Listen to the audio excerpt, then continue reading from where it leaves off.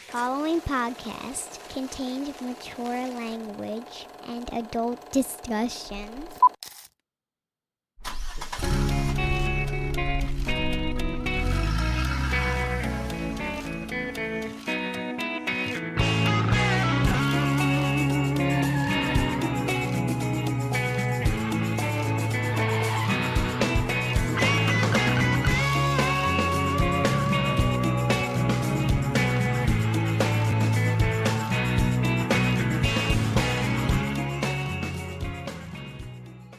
It must be Monday. It must be Monday, and that means Kliq This, the Kevin Nash podcast. It's actually Thursday. Well, we're shooting Thursday. I know, but I mean, which means I got a chance last night because I was home. You're balls deep. You're right home on Wednesday, and I've been told many a time that Mr. Nash, you don't need to be talking about AEW because you don't watch the product. Oh, God. Well, let me tell you, all you listeners out there, I sat last night for 2 fucking hours, including probably the most fucking picture-on-picture commercial fucking thing I've watched in my life. Since our show. I mean, unfucking believable. So I'm just going to give you just my opening volley. Show starts. Never realized, because it's been a while, how Maryland Championship Wrestling the open was. Like, not even Thunder-ish. Just kind of The package, that's the fireworks, the right, yeah. pyro, the graphics, just rotten. Look at that. I mean, if Corey Feldman would have came out and started singing, I would have been, yeah, damn right, perfect. Oh, this isn't Corey Feldman's show? So, all right. So it starts out, and down comes Samoa Joe. Always been a huge fan of Joe. And he comes down, he's got a blue suit on, he's got their belt, very attractive belt. Mm-hmm. Looks top notch. Mm-hmm. And then down comes, I don't know, angry, skinny kid that doesn't have the money to buy apparel. I don't know, but the whole thing is Joe is saying, and he's articulate, and he's making the point, and I'm buying into this Joe guy is their champ. Mm-hmm. And all of a sudden it's just like, and I'm going to sit back and leave that picture right there. Don't move from there. I'm going to sit, it brings, and everybody is now going to have to earn the ability to come after this championship. And I'm going to sit here and I'm going to watch them fight for the right to take me on as champion. Down comes Hook. Okay, this is the first time that I've seen Hook move. I saw him in the picture last week or a couple weeks ago. Number one, I don't see how that's Taz's kid. Because, I mean, he's a little tiny kid. So now I find out that Joe beat this little skinny runt for that belt. And he goes up to him, and Hook's got his jaw jutted out when he cuts his promo. And he says, I guess he's a man of few words. And he says, I don't know when or where, but I'm coming back for the belt. Like, look at this. I mean, like, what are you doing? Like, did you watch an Eminem, did you watch 8 Mile before you came out? Like, what the fuck? It's not exactly The Rock and Jinder in the ring. But I mean, Joe looks like fucking Joe is always. Joe could work against anybody. Mm-hmm. Joe versus Lesnar is a match. I think. I mean, Joe can work. He can strike. He knows submissions. And this is the kid that he beat for the belt. Then out come 5 security guys. As Joe makes his way to the announce table, out comes 5 security guys. The first 3 are smaller than Hook, which had to have been a fucking, I don't know if they went to a preschool or whatever they did to get those 3. And then up comes like a kind of stout black dude, another dude, and he powders. When somebody that's of any, like, any, look at this, like that would have, that alone, that double right hand up, it looks like they're like doing, like getting ready to do a line dance. He powders. Look at his ass. Look at the ass on Hook in this fucking shot. What is that? In the baggy sweat? Has he got the fucking, is that the Biden diaper look or what? The Trump diaper look? All right, so that's our opening, and I'm sitting there saying to myself, oh dear God, like this is their hot. That's the hot open. That's the hot open. This is their hot open. This is what they're hoping that they hook me with. And the only reason I'm watching this because I've been told that I don't watch it. And then of course I see this as, What we're talking about, for those listening, we get the title card that next up shows Adam Copeland versus Suzuki, who obviously at some point fell off the motorcycle without a helmet. And Suzuki, who I don't follow Japanese wrestling, but I'm presuming from his horrible physique that he's one of these guys that's been around 100 years, and we're just supposed to respect him because the dirt, like Meltzer's dirt sheets, have given him 5 stars for the last 20 years. Adam looks 20 years older than me. I don't know what happened to his hair. I just, well, there's some height to it now. There's some but there's some. It looks like somebody did like a Brazilian blowout, and then they look like it's an over. Like he had he had hair like I did. Like he always had good hair, and now he has this. It's almost like pubic hair. It's weird. So, all right. So then we go to Hangman. Hangman versus, I don't know who the fuck, some Japanese anime guy. So down comes Hangman. I think Hangman's hair's darker than it used to be. Yeah, this guy comes out. Looks like he's, should be on The Witcher. It's the anime vibe. Yeah, it's definitely anime. You were talking about very, that. very anime. And they do everybody does these back and forth striking periods, and then eventually one of them sells, but nobody ever covers anybody. I guess you're not. I guess in AEW to win pinfall doesn't count. So some just fantastic, and this is the same Hangman I watched go an hour with Daniels, and I thought, like, he did a couple of things that I didn't, that I was subject, like, he Daniels like took his arm out, but he still used that to clothesline several times during the match, and didn't really sell it as he should. But those are, an hour match. He had an impressive match. This, I mean, I just couldn't wait for it to get over. There's a spot where the anime guy jumps at him, and if Hangman would have moved to hangnail to his left, he would have fucking missed the whole thing. So it's these setup spots that you're an idiot. The only reason you get hit, it's because it's a spot. It's horrible. But so yeah. Oh boy.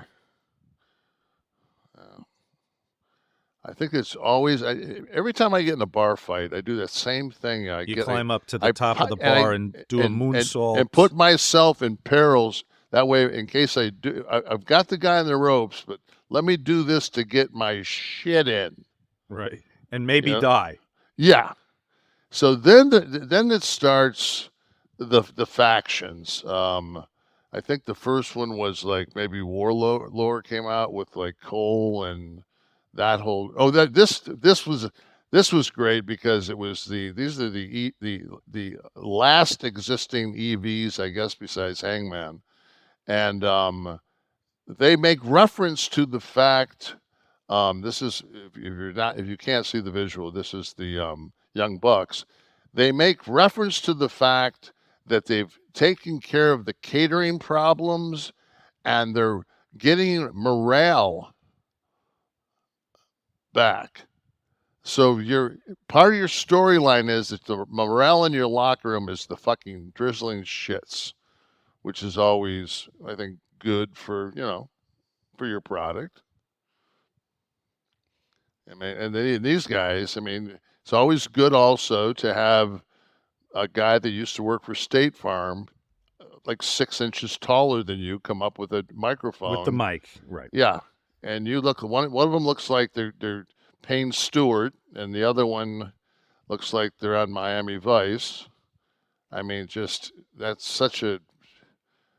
But so then again, how far into the program? We're a half hour in, probably, right? I mean, yeah, probably. Why are you staying with it? At this point, it's. I mean, I've been told that I don't watch this, so it's just like, all right, because like first fucking half hour, 40 minutes, fucking completely was the shits. But maybe maybe something's going to happen. Something's coming. Something's coming. Because I mean they do tease Sting and Darby. Yes. And so I know that. I mean, and Steve's a friend of mine, so I want to see Steve. And I never really wrestled at the WWE with Adam, but I've always considered Adam a friend. And I wanted to watch it. I want to watch him work again, especially against somebody that physically looked incapable of having a match. And I wanted to see, like, is this guy like really some fucking wonder bug that's gonna pull a rabbit out of his ass? Well, no. Suzuki was. I think there's some history here that led up to the match. Suzuki was. Correct me if I'm wrong, guys. You guys would know. He was one of the first. What was it called? Pancrase guys, right? In Japan, doing. Didn't he come up with the MMA hybrid style? Yeah, but I mean, I think that he was one of the first guys to actually use some of the armbar submissions and things to that nature, which unless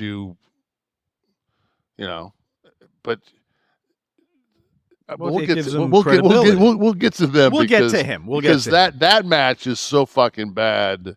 It's fuck, man. It's like Jesus Christ, man. It's like a 19-cent fucking Morton's chicken pot pie, and fucking take that for your dinner. So then out comes I don't know if it's the disputed group or undisputed but it's Adam Cole is injured, so he comes out, sits way too close to the fucking ringside to be injured, and almost gets fucking kiboshed. But Warlord comes out, and he's a big dude, and but he this guy he's working with kind of has to make him, because this guy really comes across like just a enhancement guy at the beginning. And if I'm not mistaken, is this the one where are Guns kids in on this? Is this the one where like there's a combination? Oh, that's Wesley saying that's the next match. Okay, so they have a match, and when the first time Warlord goes to hit him with a power bomb, if it would have just been a squash, it would have made complete sense, because Warlord so like he worked strong. It was like they had to put in time, and he did a bunch of shit that just And then finally, I think that the guy hits him outside the ring with a chair shot that is just like, if you're gonna hit somebody that softly with a chair, like fucking hit him with a duster, hit him with something else like this. So let me back you up here so that we're doing this the correct way. So we're covering this like Meltzer. I'm going to back you up to Penta and Hangman. Can I get a star rating on that effort, on that match? Well, we could do the segment too. Joe's segment. Joe's speaking. I'll give a 3. Reveal of Hook on, I give a 0. So we average 1.5 stars. 1.5. Okay. So now, how about Penta versus Hangman? I'd give that a 1.5. Okay. And then we had Wardlow. I'd give that a 1, but it could have been a solid 3 squash. Right. So now we're up to Hardy was next? Yeah. Was the next match, Jeff? Yeah. Okay, so he's still, after all this time, Hardy still throws the absolute worst punch in the business. Like, they're just transitional waves. Oh, this Toni Storm thing was just, it was. Okay, so what was this, an interview segment? I didn't see. Yeah, this was an interview segment. This was like really, really, really bad SNL skit when you don't know anybody that's in the skit and the skit's going nowhere. That's what this was. This is brutal. The Storm should never do anything that doesn't have RJ in it, because that's the only thing that saves her. This bigger girl on they have matching tattoos. They have a background where they were in the dojos together, but they threw shoes at each other. It was she ended up attacking the white dude, the whatever her fucking name is. I don't know. I guess she's supposed to be like an up and comer, but she is. Yeah, I wouldn't. I would pay not to go see her. So she's addressing shits. If you're gonna put somebody out there, at least put Brett out there. So how was that segment? I'll give it 0. 0 stars. Okay. Okay. Now the next thing that comes on is my favorite thing of the night. Moxley, by far the best thing on the show. Always is. There was a promo he cut a couple weeks ago where he was bloody and he was talking shit about all the different belts that are out there, and he lost and he didn't get one tonight. And it's just like, Moxley gets it. I think Moxley's the only one that gets it on that show, that and he owns it. It's just, he comes across fucking like real. And everybody, and if you, it was that. So Moxley got a 4.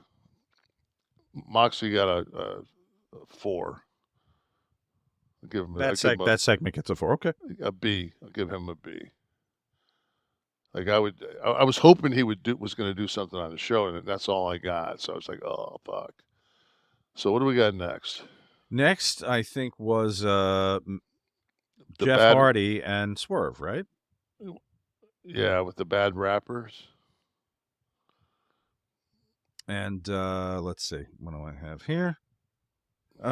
Swerve had Nana by his side. Swerve actually can do some things. But Jeff just can't go anymore. He just. But it's just when you throw punches and they just absolutely look like 2 6th grade girls fighting in the hallway. It's like, man, it's it's hard not to know that you're watching just really bad fake wrestling. Now, it's Swerve's obligation to sell, right? Good punch, bad punch. You're in the ring with you got to see the Jeff Hardy. But if you see the punches, it's just like if you sell them, you look like a fool. I mean, the punches are so bad. They've always been bad, but I mean, these are just. I don't know. So, do you not sell? Does a Kevin Nash? No, I know. I mean, I gobble them. If that's what you, it's the same with. I used to tell people all the time. You can chop me all you want. I'm not going to sell it.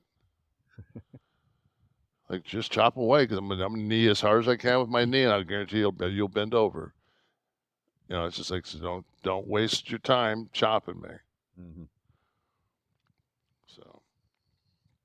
So is it listen, Jeff's a draw still, right? So is it the obligation of, God, who is it? The agent? Who says Jeff? To somebody that's been working 25 years, that's been a multiple-time WWE champion, that, hey, dude, your work is the shits right now. You're phoning it the fuck in. Who does that? Maybe your brother that watches it. Maybe I do. Maybe it's my job. Maybe you should. Well, you're kind of doing it now, Jeff. aren't you? So, Jeff, can you do everybody a favor?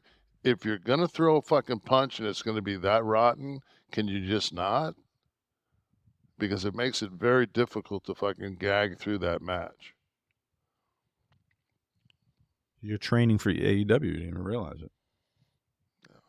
In an unofficial capacity. All right, so give me a star rating on Swerve versus Jeff. Give it a 1. Okay. I mean, Swerve was. I think that he in time will be okay. Did you keep watching through the Thunder Rosa Red Velvet match? No, I did not. I went ahead and pushed forward on that one. You get? I would have watched Britt Baker. There's a couple of girls that I know that Thunder Rosa is actually she's a good hand. At this point I was just hoping. I didn't expect this to deliver anything. And I was just at this point, like, how much longer can I hold my breath before he drowned? Right. Or until I get to Suzuki's match. That's what I meant. I mean, I need that is drowning then. Yeah. I mean, I didn't realize it till I got there. But what about Billy, right? Billy had a match in there. I don't even know Billy what the Gunn fuck. I don't know what. There was a 6-man. Yeah, it was a 6-man belt man, and they fucking there was more non-tags, action in the ring, shit going on. I couldn't follow who was fucking legal, who wasn't legal. It was a absolute clusterfuck.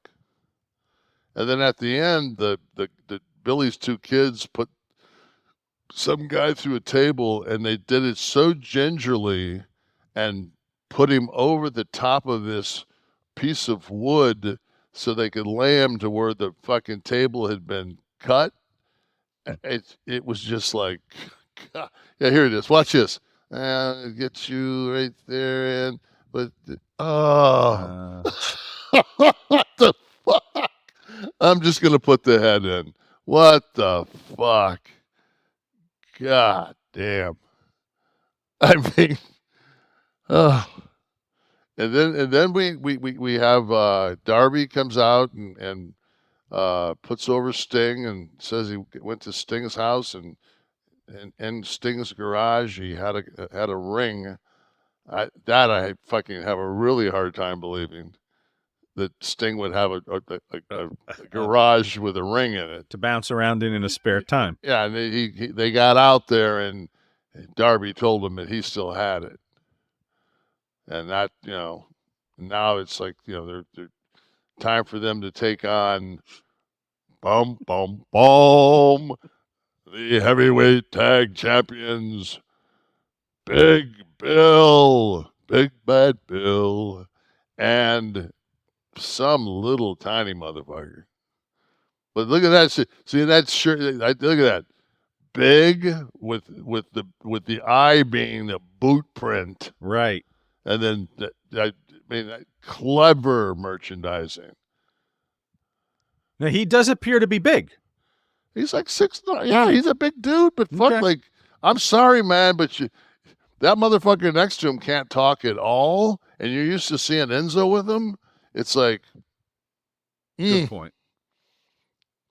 Tough act to follow. There's the shirt. If anyone is anybody wants to get that, boy, Big Bill, wear that to the gym tomorrow. Okay. This Big Bill stomp shirt. I need a star rating on the 6-man tag with Billy Gunn. I don't even know how. I mean, fuck. I'll give it a 2 just because. Okay. I was absolutely flabbergasted on what the rules were. So, I don't know what the rules were. I don't know how you became legal, how you didn't. Okay, so here's the main event of the night is we're coming down. I will say this: Sting got a fucking pop. Like, he got a legitimate, for whatever 1,100, 1,200 people, whatever that was there, that stepped away from the food line. Like, Sting got a pop. Did it appear? Could you tell on television that I think it was 2,000 and change, right? I think it was the. They had to at times maybe 2,400 to change to change shots.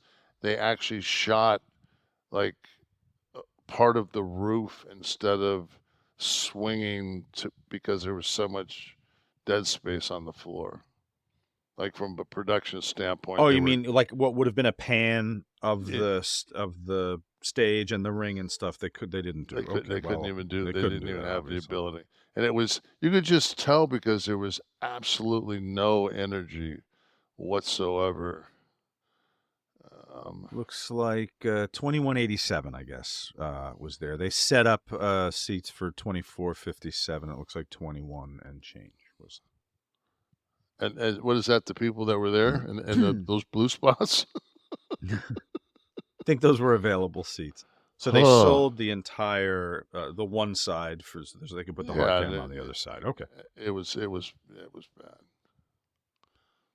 And what is that building? That building can't hold. We did E-Market. We did the Magic Mike the final dance scene we did in that building. In Georgia? Yeah. Oh. Savannah. Yeah.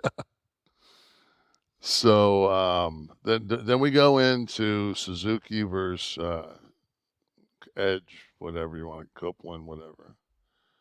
And they do the Violent Gentleman.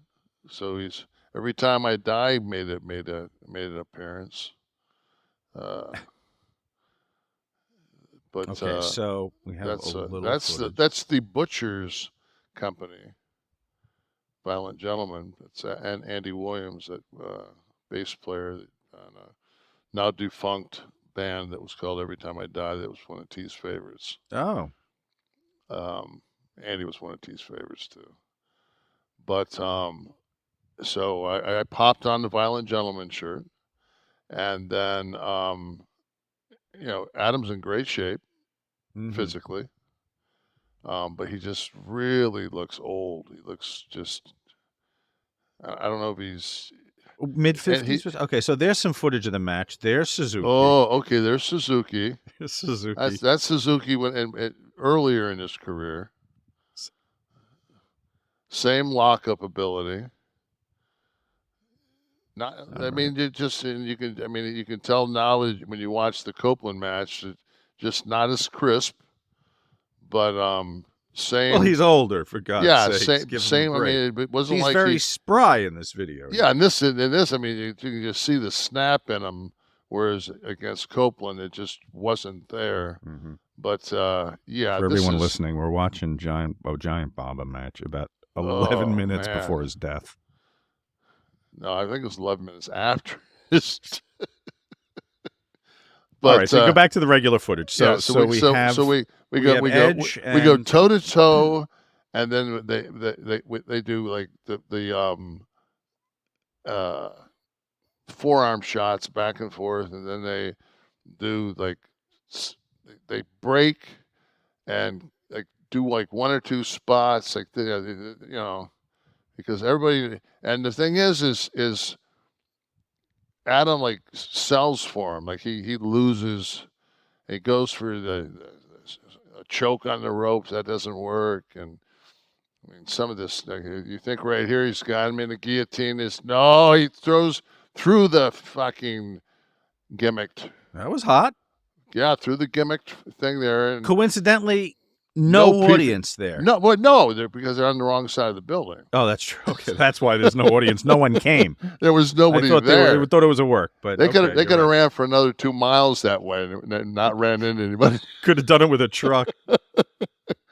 So they ended up, and Adam goes over. I forget what the finish was now. I think it's, what does he use? But look at him. What is wrong with Adam's hair? You go back to the hair. I don't know what like, look at that. What is that? His hair never looked like that. It's a little puffy. It's just weird. It's like, I don't know if it's like, because he's got to be gray. Like, it's like the worst thing you can do, guys, is, man, don't fucking let your wife dye your hair. Like, go to a professional. Like you've got to have them pull some of that hair through a fucking. You've got to have layers. You can't just put that fucking just for men flat black on brown. Right. It just looks like shit. So, So I watched that, and then at the end, Adam stuck his hand out to shake his hands, but Suzuki, as an old samurai warrior that he is, would not. Look, watch this. I mean, this is just, you're talking about gut wrench. I mean, I'm just like, do it. Shake his hand. You guys battled. No, I've got to get a workout in. So yeah, this could be opening the door to a rematch then. Yeah. So and that was how I spent 2 hours. Right. Then shortly after that, I masturbated with the roughest sandpaper I could find in my house, just to make it to try to find something more painful than a little bit more painful. Kev, when you looked at the hair, we were talking about Edge's hair, and he had the matching kind of out of control beard, right? That was sticking out. The guy could have used. Oh, you know what I'm going to say. Yes. A little manscaping on the face. Their beard hedger is no joke. And guys, cheers to the new year from our friends at Manscaped, because your resolution shouldn't be the only things that are well kept. 2024 is a time for new heights, new opportunities, and a new look for your Times Square balls. All right, Manscaped's Lawnmower 5.0 Ultra. It's every man's cheat code to look good, feel good, turn the page on confidence this year. Whether you're looking to maintain trim or go for that clean-shaven look, this trimmer has you covered. Trusted by over how many? 10 million men worldwide.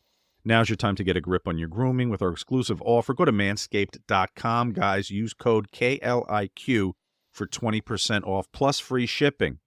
Our friends at Manscaped are telling us that Kliq code is on fire. You guys are doing it. My buddy Lewis just bought a kit.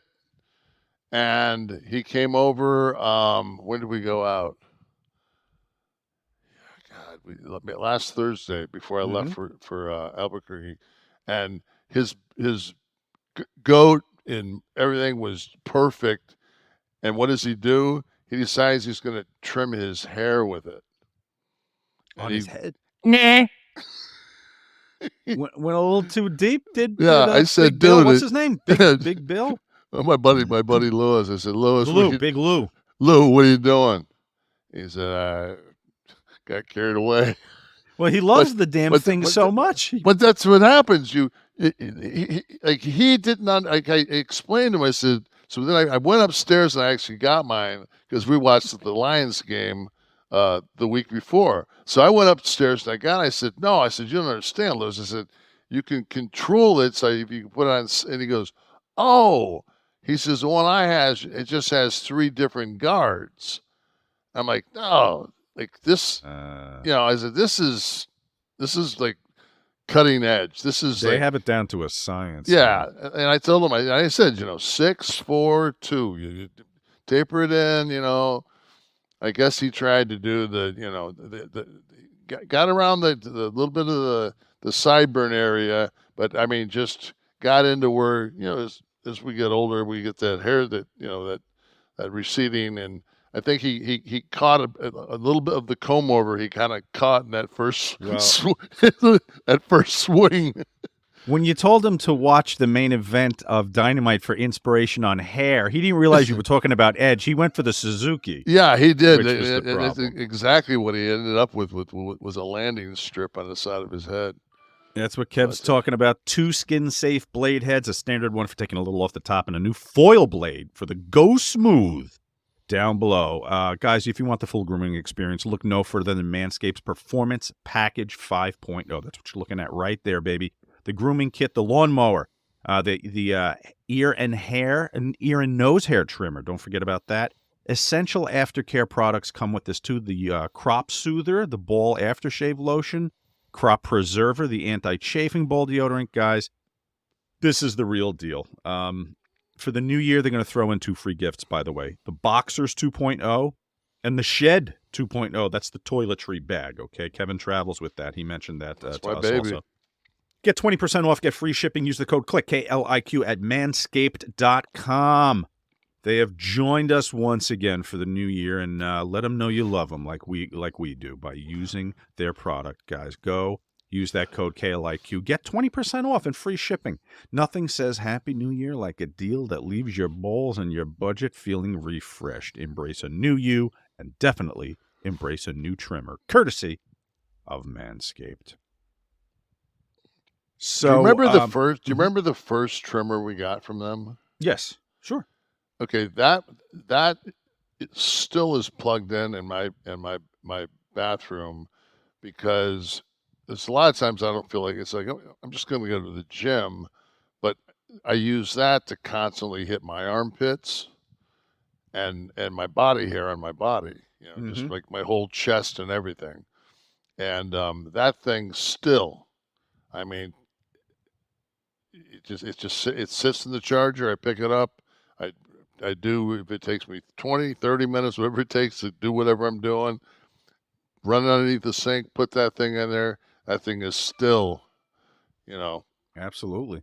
I actually have 3. I think we have 3, right? I have one that's out. I have one in my drawer with my toiletries. I have one in Florida too that I left down there. So yeah, guys, do what we do. Grab that Manscaped. So you're in. So you're. So I'm So I'm now giving Bezos more of my money. I pay more in like direct. I have to get this off my chest before I forget because I'll not get to this and it just popped up. So I signed this past week in Albuquerque. I don't know if anybody out there has been to Albuquerque, New Mexico in their life. What was the event you were at for? A Comic-Con? I was, I forget what it's called, like Dude Drake, something. It's just the Albuquerque Comic-Con, but it's got some fucking name. So Booker T was there, Trish was there, as far as the workers. So we stay at the Doubletree Inn, and the Doubletree Inn is hooked to this convention center. So I equate Albuquerque as in 1967, Detroit had the riots, never recovered. And then the next year, when King got killed in April, it was like another riot. So Detroit never recovered. Albuquerque has never recovered since they stopped shooting Breaking Bad. There's in the middle of this convention center is like giant fucking bronze statues of Walter and I mean, yeah. Well, it's not exactly the Martin Luther King monument, but okay. and It's what Albuquerque can offer. So I check into the DoubleTree, the absolute worst fucking DoubleTree hotel in the world. Why so? Okay, start off with, they know that a convention's coming to town. They've got 4 front desks. They've got 1 person working. Go to my room. Is that it? Does that look familiar? Yeah, fucking CGI. Looks beautiful. Yeah. Actually. You should, yeah. So go to my room, turn on the TV. Fucking, it's no signal. I call down. Oh yeah, we got our maintenance man working on that. So I'm like, okay. So I flip through, and finally I get to where there's a guide, and the guide is, I'm looking at the guide, and the guide is it's the same as my DirecTV, so it's DirecTV. So I called down the front desk. I said, you don't need your technician to be fucking around with this. You need to call DirecTV to get on your roof to wherever you've got your dish and fix this fucking thing. I said, because when I get off the floor tomorrow, I better be able to come up to my room and watch that fucking football game. Well, fuck me. I come up afterwards. Not only is there no signal, I ordered room service, got a call back 40 minutes later, and was told that they weren't doing room service. After I waited 40 minutes. After I waited 40 minutes. I'm so but glad I could go downstairs to the bar where fucking all the extras from AEW's anime matches were fucking down there walking around. And so I go downstairs, and I mean, at this point, man, for me to put a fucking pair of sweatpants and shoes and shirt, I walk around my fucking hotel room butt fucking naked. I'm thinking, now I got to get dressed, advertisement for anyone staying in the room after. Fix your hair. And I go down, and I'm like, I can't believe it. It's like 3 deep around the bar, and that's the only place you can order. They have 3 girls working. And I look across, and I see Booker. And Booker looks like he's about to explode. So I walk around. He's so pissed that he doesn't even see me walk up to his right side. I said, you all right, man? He goes, no, man, I ain't all right. He goes, I've been waiting here fucking for a half fucking hour. They brought me the wrong food once. And he's drinking, I think like a vodka and cranberry. I said, you want me to get you a drink? He goes, no. He goes, I just want my fucking food. And we said, so the guy that was sitting next to him realized, okay, well, this is Booker and Nash. They were, maybe I'll be a gentleman and get up so Booker and Nash can sit down. So we sat there, and I waited and waited, and I told her, I said, fuck, I called down. She goes, well, it's in the computer that if you call down, I waited another 30 minutes. And I just told him at that point, because Book went upstairs, I said, just put my food in a bag and I'll carry it upstairs. And just a fucking rotten. You're the headquarters for this convention. You're the hotel, and you're understaffed. It's just. Why don't you just Uber Eats something? Because fuck the bar, fuck the restaurant. This is the finish. Good. There's not anything downtown in Albuquerque that stays open after 8 o'clock Right. because the fucking murder rate is fucking through the. It's like just In Albuquerque. Fuck, man. Why do you think they filmed Breaking Bad there? Jesus Christ! It wasn't like Breaking Bad fucking brought meth to Albuquerque. Right. And see, they're like, I call Uber Eats. The guy says, really don't like to send the drivers down there at fucking dark. I'm like, oh Jesus Christ. And then I call the guy that my promotion guy goes, there's like a hotel a couple of blocks away from there that probably got food if you guys want to walk. I said, I ain't fighting. I walked outside. I was just like, I ain't going. There wasn't a fucking person, a fucking. Let's see. I'm looking at a map. Doubletree. Yeah. Let me see. Is the Doubletree the red? Yeah, that's the red dot. God, what's the nearest thing?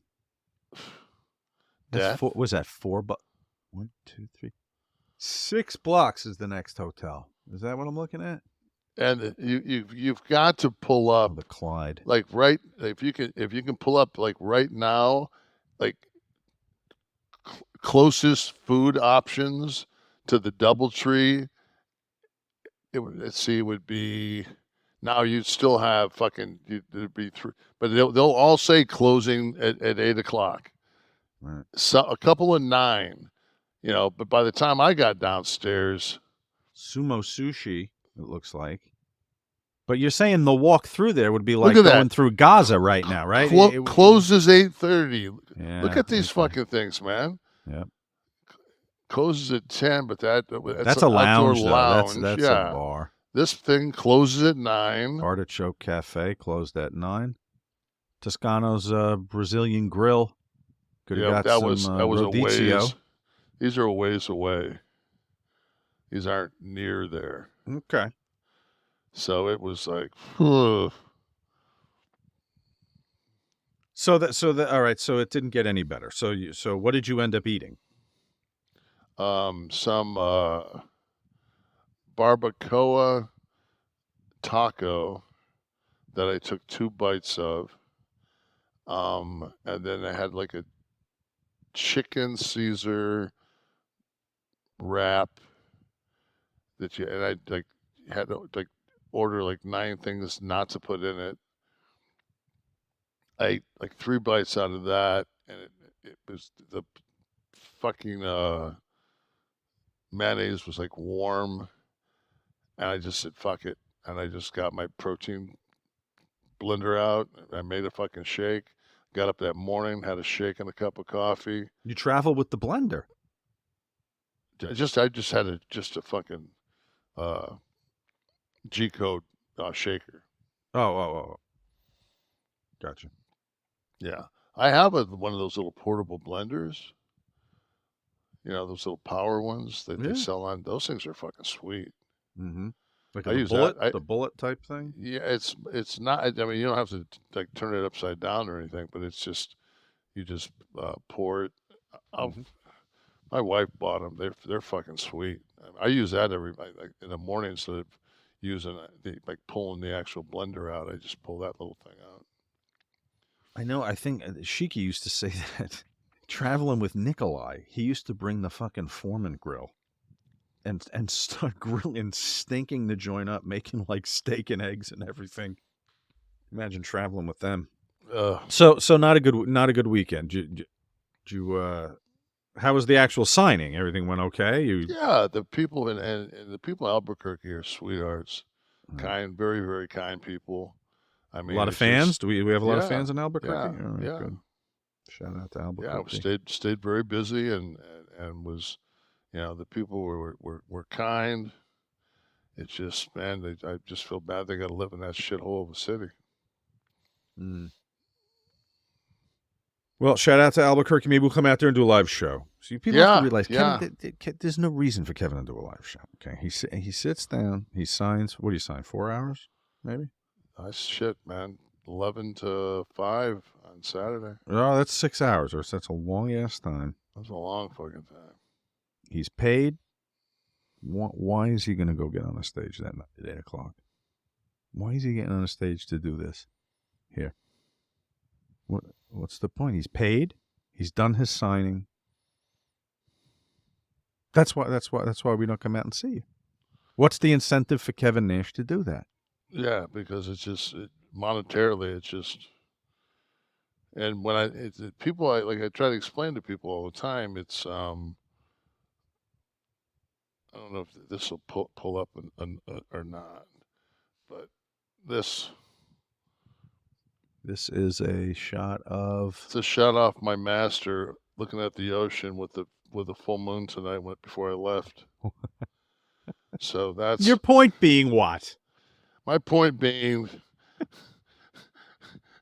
I ain't fucking going nowhere. I mean, fucking, that's like a postcard. Oh. If you want to join the live audience that is enjoying this here, watching this live, you got to go to kliqthistv.com and sign up. I was looking at some of the comments, and a couple of people were saying, like, all Nash ever talks about is money. It might have been on my Instagrammer, though. All Nash ever talks about is money. I said, okay, what? And what's the problem with that? Well, yeah, but so let's talk about money, because we won't talk politics. We're just going to talk money. So Donald Trump, who's running for president of the United States, because we're talking money / dictator, made a statement, not fucking deep fake, not fucking AI. Oh, the AI made Roger a statement. Stone's AI made a statement saying that he hopes that America's economy and stock market crumbles before we vote. The election. Yeah, the election. So, and I just want to say to everybody out there, because so many people blindly follow this guy, and they think that he has the mid-American man's and women's back. Like, he's our guy. He's got us.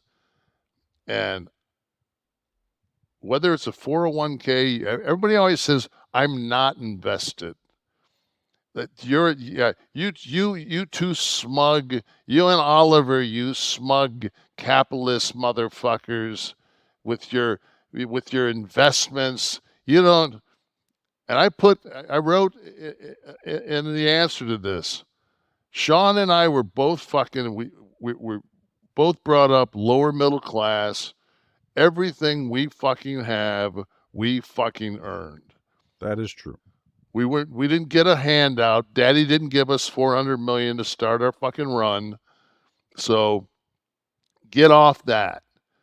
Just because you weren't successful in life, don't fucking point a finger at us because we busted our asses. Number two, if you don't have a 401k, you probably work for, say you're a fireman, and your fire department has a fucking pension. And guess what? The fucking market crumbles, your pension is worth shit. And you don't have anything. So many public workers would be, think about having police, fire, teachers, public works, any city employee of any city, massive ones like New York, pensions. Chicago, all pension plans, all tied directly to investment. It would destroy the entire middle class. Absolutely. It would. And the thing is, we went through this a few months ago when we showed the tax breaks, and the largest tax break started at $1 million and was like 48%. 48% of the benefits were reaped by less than 1% of the population. So we're not trying to, I don't give a fuck if you vote for him or you don't vote for him, because I really have enough confidence and my fellow Americans that when it comes down to it, they're just not that fucking stupid. They're just not. You can't be.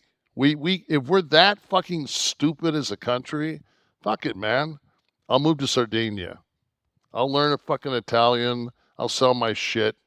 Adios, amigos. It's beyond logic, though, Kevin. It's an indoctrination, and it becomes a statement not on politics, but people's personalities have become so entwined with their political party that I'm not talking about the people that in the middle that actually listen to a debate and want to hear what people have to say and maybe might change their opinion. I'm talking about the ones that live for a particular indoctrination on both sides of the spectrum. There's no convincing. There's no changing their mind. They're never voting outside of a party line. They'll accept anything because it's become their personal identity. That bumper sticker and that hat and that shirt that they wear is who they are, as much as rooting for Tennessee or Dallas or Detroit is. It's become a part of them. It's a team they feel they're on. It's beyond politics. And I understand that, but at the same time, everybody that's out there, let it be known that I don't care for Donald Trump. And it's not because I don't care for him as a human being, because I don't know the man. I know that he ran on build a wall, and he didn't build the fucking wall. And the biggest crisis we have right now in our country, to me personally, is definitely the border situation. They are fucking doing everything they can, and the GOP in both the Senate and the House, to make sure that nothing is passed. To prevent measures now that would fix any border crisis. Fix anything until after, again, the election. Good point. So they can take fucking credit for that. It's their fucking play on it's a platform they're running on. It would disappear. Exactly. And if legislation was passed. It's their fucking hope, their fucking Hail Mary over the fucking pro-choice situation that this country's in. And both Sean and I are both very level-headed. We're both, I think, we've spoken for years, but the last 2 years, a couple of times a week. And let alone this show, which is basically just a conversation. And I promise you, everybody out there, that there's 350 million Americans, and this is from a stand-up I saw that I fucking thought was brilliant. There's 350 fucking million Americans, and I don't fucking want to vote for Trump, and I don't fucking want to vote for fucking Biden either. I just can't believe out of 350 million fucking people that this is the two best fucking we got. That's my fucking problem. And it sure is fucking Kennedy. So, I mean, Junior, you talking? Yeah. I mean, it's a fucking shit show. But Kevin, I think the problem is, don't you agree that in a two-party system, you lose the majority of the people in the voting people in this country? If I gave you a card to check off the policies you would want to go forward in a candidate, a faceless candidate, an imaginary one, I guarantee you would have left, right, and centric on that card. And I would say most Americans probably, which I personally would check a few conservative boxes. I'd check some more liberal boxes socially. But if for what we have right now, and that person doesn't exist because you've got a two-party system. Yeah, but for what we have right now, okay, much to the chagrin of fucking Fox News and everybody else, lo and behold, the economy fucking grew again. Oh, yeah, there's an announcement today. Right. GDP was up to like 3.4. They were. I mean, so that's 4 straight quarters. And this is the other thing that people don't understand. We are in a global economy. We're in a global economy. So just Google this. Inflation rates of the G7. We're at 2.4. Fucking Italy's at like 11. Great Britain's at like 10. Europe's a problem. Yeah. Fucking Germany's 6.9. It's like our inflation has been curbed. I just drove down the beach and gas is fucking $2.78. So, and just because you paid more for eggs, because they fucking worked this all, the whole thing is corporations are making fucking windfall profits that are just out of this fucking world. Their profits are unbelievable for what they from quarter to quarter to quarter, and they fucking take the money, and they don't fucking adjust prices. They just keep fucking us, and we just keep fucking buying their shit and putting up with their shit because we're so fucking used to being sheep. We're all sheep, and the oil industry is a good place to look for an example of exactly that. After that curve correction, after the Russia thing started and with the Ukraine and gas went a little wonky, much worse in Europe, by the way, than it was here. Right. But when it started to correct and the price of crude was normalizing, the prices didn't. Those two graphs, when you ran the two lines, and you can find them out there, when the price of crude was going like this, the price of your gasoline stayed. And that is the fault of the oil industry and our gasoline producers. We talked about this on the air before, yes. But this is a good example of what you're talking about. When you are free of regulation in that way, and people don't look at that correlation all the time, and it's not advertised, by the way. Our quote unquote mainstream media doesn't pry very deeply. You have to get 17 stories in the 15 minutes, the first 15 minutes of every program, so you can't spend much time on it. Kev, I didn't tell you that we had some feedback on last week's show. Oh, some folks that I think we jumped into that AEW. We were rolling. That's how we were rolling. I was moving my script back to the top. We can always retract and go back to No. Anybody, Feeling it. We came out hot. I mean, what some people have? Anybody have anything positive to say?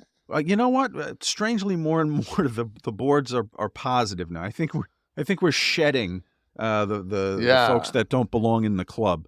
But Dr. Britt Baker, the worker, I love her. She said, "I'm all in on Detroit for 2 reasons: Eminem, Kevin Nash." So she's rooting for the Lions. Clearly, she's a good lady. Tom Talker 2000, I really like those road stories, Kevin, and I'd like to hear more of them, as I'm sure others on here would as well. It puts into perspective how difficult this business truly is and what you guys and gals sacrifice for our enjoyment. The dedication and commitment you must have to survive in this type of profession is beyond stressful. So thank you for everything you risk for our pleasure. I don't think a lot of fans realize that. And I don't want to go into anything that I mean, because there's some rumors and crazy things that are going on. And by the time we were to divulge or get into them, they'll be long gone, and Cornette will have spoke 17 hours on them. But you made a reference a couple weeks ago that what is this fascination with shit in wrestling, and it surfaced again today. It did, and so I just wanted to say that I don't know what the fascination with shit in wrestling is, but it's I guess it's alive at the top. Yeah, it's part of lacing the boots up. Lacing the boots up and brother. We'll have to ask Johnny Ace. I don't know. Shit's on. On who? EC899 says, I 100% agree. Terminator 2 is one of the best movies of all time and definitely the best sequel. I think you brought that up last week, didn't you? Weren't we talking about that? I was one of the ones that I thought was there a sequel out there that was as good as the or better? Yeah, I said that and Aliens were my first two. Product Review Productions says, hilarious and useful life advice. Quote, black jeans are 3 days. Just don't eat mustard. You know, baby. Referencing some road stories from last week's show. Go grab that if you missed it. I'm sure it was a holiday last Monday when it came out. Yeah, well, every week's a holiday. 3 out of the last 5 weeks. For anyone that doesn't know what we're talking about, we look at the numbers every day when our show debuts on a Monday. And a lot of you obviously like to listen and hopefully not watch while you're driving to work, or maybe you're commuting on the train or the ferry or something. And so we have a big commuter crowd on Monday mornings to make the week more palatable. So obviously when it's a holiday, those folks are not commuting, so they're a little late to coming to so this. our numbers crumble, and we think we put another Biden's show out. And every fucking holiday falls on a Monday, we now realize. And this season, between Christmas, New Year's, which happened to both be Mondays, and then Martin Luther King, the 3 of the last 5 weeks were Mondays. Citizen Beeswax, if this show still exists next year, maybe you guys can consider recording the podcast after the final snap in the final game of the weekend's playoff game. It's no fun when you guys are a week behind after each playoff round on Monday morning. All right, Citizen, listen how this would have to work. I'm just going to get you to try to understand this. If this debuts at 6 a.m. on Monday morning and the last fucking game is over at about 11:30 on Sunday night, Kevin's up and ready to go at 1 a.m., but it doesn't leave a lot of time for editing, mixing, mastering, uploading, and all the or work talking about anything except that fucking one. Apparently, that's all he wants to listen to. Yeah, it's just like, dude, you obviously watched the game. And Citizen, I don't have to tell you about Monday Night Football, right? You can do that one on your own, right? When we talk about the Monday morning. We talk about a lot of things. Like, it just so happens that the border situation will be here next Wednesday. It'll be here. The fact a multi-billion-dollar CEO dropping a deuce on a submissive. Probably going to get a lot of coverage in the next 4 days before we. But not to say that if we fucking jump on that fucking Hershey Highway that we're going to fucking be in any way right. So for us, there was one of the wrestlers for AEW that was accused of some things, and everybody jumped on it, and we let it go. I'm not going to bring up anybody's name because nothing came out of it, and we're not fucking Rona Barrett.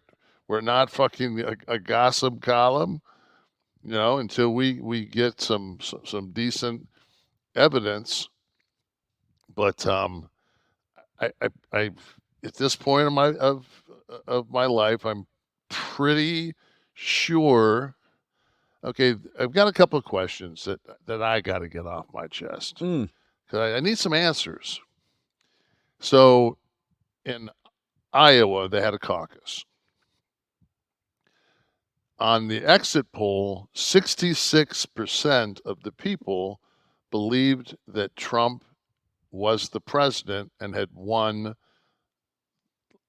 the last 2020 election. Right. So if that was the case, his 2 terms are up? His 2 terms are up. So why the fuck did you go out minus 17 weather to caucus when his shit's up? Like, what the fuck? Like, are you that, like, you guys have to think about when you say shit, you gotta think through. Before I say something, like if a woman says, do I look fat in this? No, baby. You look great. Now, my wife, she looks great and everything, but there's some women that They It's got to don't be look like so a good. reflex to answer correctly. Well, Well, that's just, like the people we used to cover. pause. We used to cover those people, Kevin, who said that Biden was just an actor and Trump's actually been running the country. I used and to what love that we one. said was, you're dissatisfied with the way things are, but you just said your guy's been running it. Yeah. So you see, they don't think that through to fruition. And this is the fringe, of course, that come out in their hats. Well, and that was that flags. last. I guess it was that last QAnon group, but there's still some out there that have that the army is running it, and you say, what army? And they say the good army, and you're like, so is that the army that is for the Ukraine? No. It's not that. I says, so these are the pro-communist army that's the good army. No, I'm not saying that. Well, just, okay, obviously you can't tell me what you're trying to say. Why don't you fucking write it down with a Sharpie? Like, what the fuck? How can you, why are you people so fucking stupid? You're third party. You're fourth party. We need an anime party. Just anime. Anime. Anime and everybody. It's called AEW. It's there. And everybody that's in the party wears a hood, whether or not you're fucking a luchador. And at the election, it's the unmasking, right? You you lose your pride. See, what Wesley said that the title of this fucking week is "Why Are You Fucking People So Fucking Stupid?" That's going to be the name of the show. That wouldn't be bad. That would be. But it's not, and I know it's like from our listeners, it's like this is the old fucking fourth grade of the shoe fits. Wear it. If I'm not speaking to you, I'm not speaking to you. But if you're out there and you're one of those 66% that think that this guy won, I don't know. I don't see Fox News writing a check for $780 million to Dominion because they were fucking wrong. It's like, I think everybody knows, but I just don't think they care. Like I said, this is like, I'm going to forget the guy's name that you turned me on to, but he was on, I think he was a panelist I first saw him on Mar, and he said that it used to be a battle of logic surrounding politics when people would debate. But it's now a culture war. Yeah. And that's why people are their souls are invested in it. And that's why you look at it and you say to yourself, I was watching the other day, and it's the like Jon Stewart's coming back on the air. Mm-hmm. Right. To run this, because you have to get out there and make sure every platform we've got is covered, because I mean, you can't let somebody that wants our economy to fucking crumble. I mean, he doesn't give a fuck, because the guy's been bankrupt, I know, at least 5 times. Mm-hmm. And like the first time that was of significance, I might be wrong, but it was like he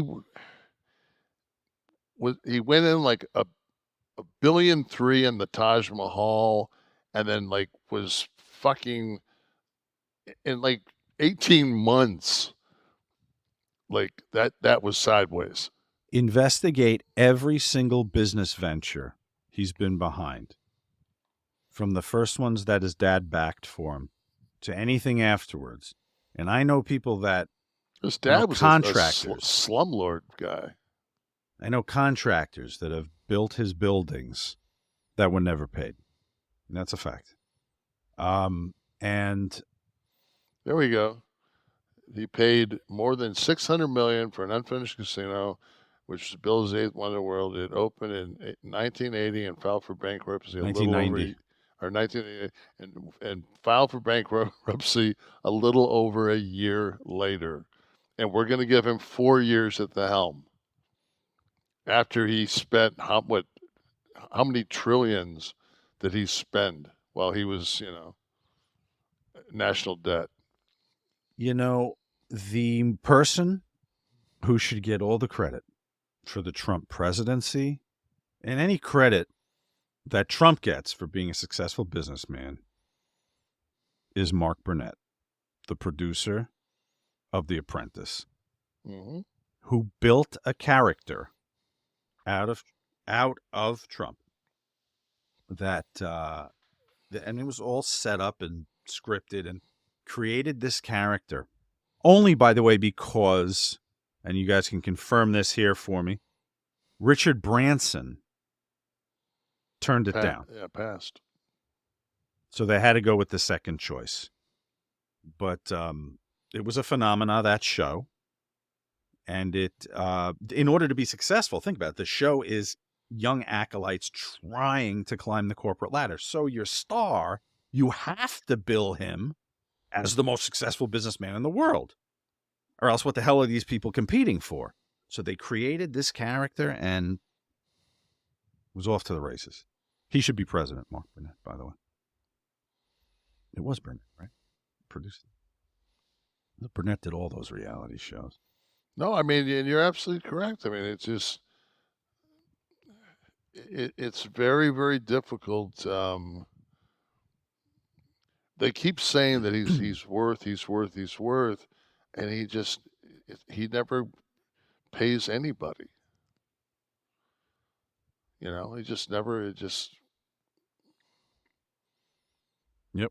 But at the same time, you look at Mar-a-Lago, and one person, says that, he says it's worth $150, $million, and this person says it's worth $15 million. And I'm thinking to myself, I don't give a fuck what anybody says. That real estate from that piece of real estate, that size in that area that's minimum 90 million to $150 million piece of real estate. Mm-hmm. Do you see some of the interiors though? Yeah, but it's the fucking dirt. It's the dirt that motherfuckers. Oh, well, yeah, where it is. Sure. I mean, you should find the address to Mar-a-Lago and then go to Zillow and pull up comps that have sold around.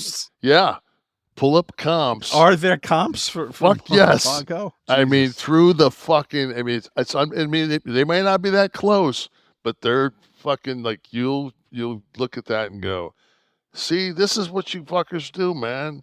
You give them ammunition to go, see, they're just fucking with Donald. It's a witch hunt. Mm. You know whose house that is? What was? Tell me. Emily Post. The Emily Post Yes. of proper etiquette. That was Emily Post's crib. Kevin, goddamn all this stuff. It's time for the tap out, okay? And tap out this week brought to you by our friends at Bluechew, the tried and true online service that's been delivering the same active ingredients as Viagra, Cialis, and Levitra, but in chewable tablets since the beginning of this show. Let's talk about it, guys. We're talking about sex. We're talking about that Cialis all day rub. Yeah, I mean you can go like you used to go. Again, thanks to our friends at Bluechew.com. Everyone knows what this is already. I'm not telling you anything new. Don't pretend you don't have your subscription. But for those of you that don't, the process is so super simple. Sign up at Bluechew.com, consult with one of their licensed medical providers, and once you're approved, you'll receive your prescription within days. Pop them anytime, day or night. Just chew them. They taste good. Best part is it's all online, guys. No visits to the doctor's office anymore. No awkward conversations. This is brought right to you. Okay, no waiting in line at the pharmacy. Bluechew's tablets are made in the USA, prepared and shipped directly to your door in discreet packaging. and they just want to help you guys have better sex. Discover your options at Bluechew.com. Chew it and do it. And as always, we have a special offer for our listeners. Try it for free when you use the promo code NASH at checkout. Just pay $5 shipping. That's Bluechew.com, promo code NASH to receive your first month free. Visit Bluechew.com for more details and important safety information. And we thank Blue Chew for sponsoring the Tap Out. You know, as the federal government tries to stop the production of menthol cigarettes, Blue Chew still gives you the mint option. You do have a mint option at Blue Yes, Chew, indeed. Just want to get that out there. So if you're in a tizzy about not being able to get your Newports anymore, that's right. Might as well. You can at least come in with fresh breath while you're pounding that ass. Exactly. With maybe one of your buddies. I don't know. Kev, did you ever hear of Vennu Mallesh? I hadn't, but you will. Didn't he speak last at Trump's? Yeah, something like that. Wasn't he the last guy that turned? Wasn't he the last guy that kissed the ring? This is one of his tracks called "It's My Life, Whatever I Wanna Do." I'm kind of digging that part right there. So I mean, it's very much your philosophy. Yeah, he's got my interest. I just don't know if this is your sound. I don't know for how long. We're gonna end up paying $4.99 for this cat. This is all. Vennu did it all. Singer. Hey, are you going to sing? Yeah, but it's not a song. It's my life. It's my life. It's my life.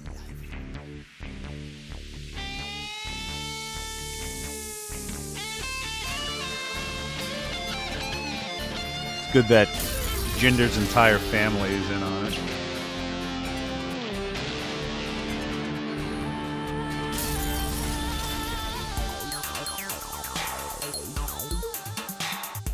Now, you'd think Corey Feldman's about to sing, right?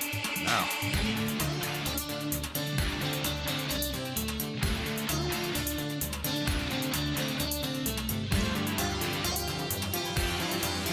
Little air guitar? He's electrifying. Drums.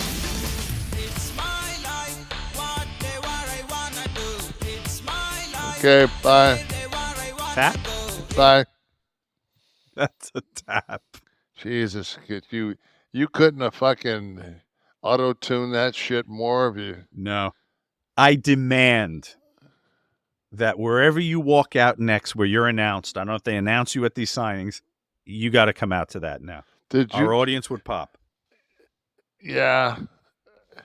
I've still I actually had somebody come up to me in Albuquerque and sing the chicken song.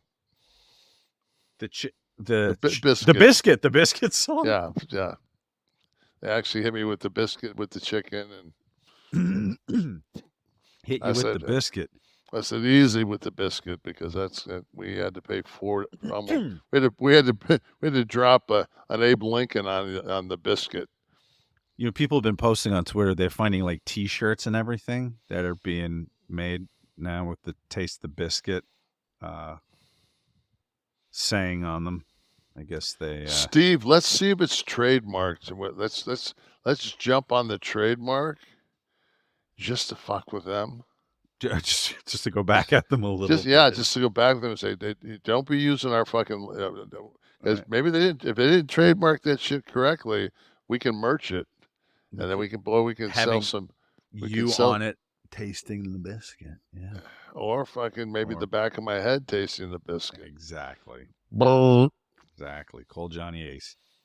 Florida man or Jersey guy. Kevin, your record's impeccable at this point. I can't remember the last time you didn't get one of these. For anyone listening for the first time, real headline. One involving a Florida man, one involving a Jersey guy, and Kevin has to distinguish which is which. Okay, first headline. Man shoots his mom and daughter after allegedly revealing a desire to date his teen daughter. Okay, so he shot them both when he couldn't date his daughter. And also, so strange, some of these headlines. Plow driver who sprayed Orthodox Jews with snow during a storm facing criminal probe. That's a no-brainer. We don't have snow. Oh, it could be. Yeah, but I've given you Jersey guys hanging out in Florida. This was the swerve. But no. Go ahead. So what is it? So tell me. Well, everybody knows that every Florida guy wants to marry his teenage daughter. So, I mean, that goes without saying. I think that was the easier logic than looking for the snow story. And I think that, I mean, though I didn't know this until I did some research that Miami was, when they first opened Miami, it was like they were just absolutely just anti-Jewish down there.